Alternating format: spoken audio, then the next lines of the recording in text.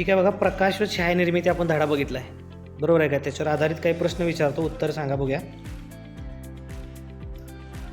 ज्या पदार्थातून प्रकाश बाहेर पडतो अशा पदार्थांना काय म्हणतो आपण?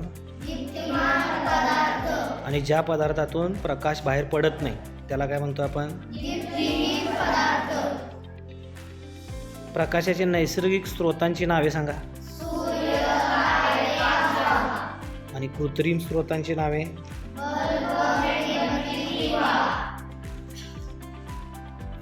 प्रकाशाच्या सरळ दिशेतील प्रवासाला प्रकाशाचे आपण काय म्हणतोय?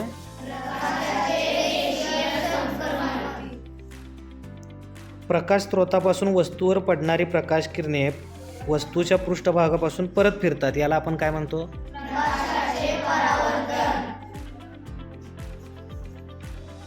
मला सांगा, ज्या पदार्थातून प्रकाश आरपार जातो त्याला काय म्हणतो आपण?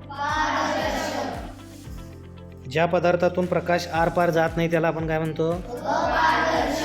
आणि ज्या पदार्थातून प्रकाश काही प्रमाणात आरपार जातो त्याला काय म्हणतो आपण?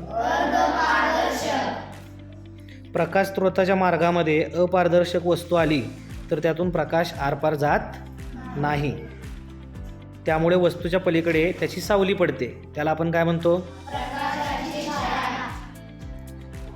आपण बघितलो की राष्ट्रीय विज्ञान दिन आपण कधी साजरा करतो रे? 28 फेब्रुवारी. मला सांगा, प्रकाश जो आपण सूर्यप्रकाश बघतोय पांढऱ्या कलरचा, त्याच्यामध्ये किती रंग असतात? 7 रंग. कोणकोणते असतात सांगा बघू. तांबडा, नारंगी, पिवळा, हिरवा, निळा, पांढरा, जांभळा. त्याच्यानंतर आपण बघितलं न्यूटनची तबकडी कोणी तयार केली होती? बरोबर. आता या न्यूटनच्या तबकडीचा वापर करून आपण काय करू शकतो? कोण सांगेल? सांग प्रज्ञा.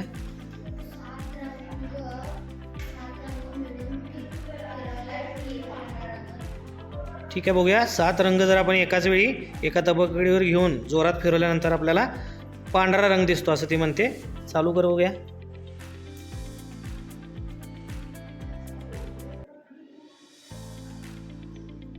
दाखव बाकीच्या मुलांना दाखव.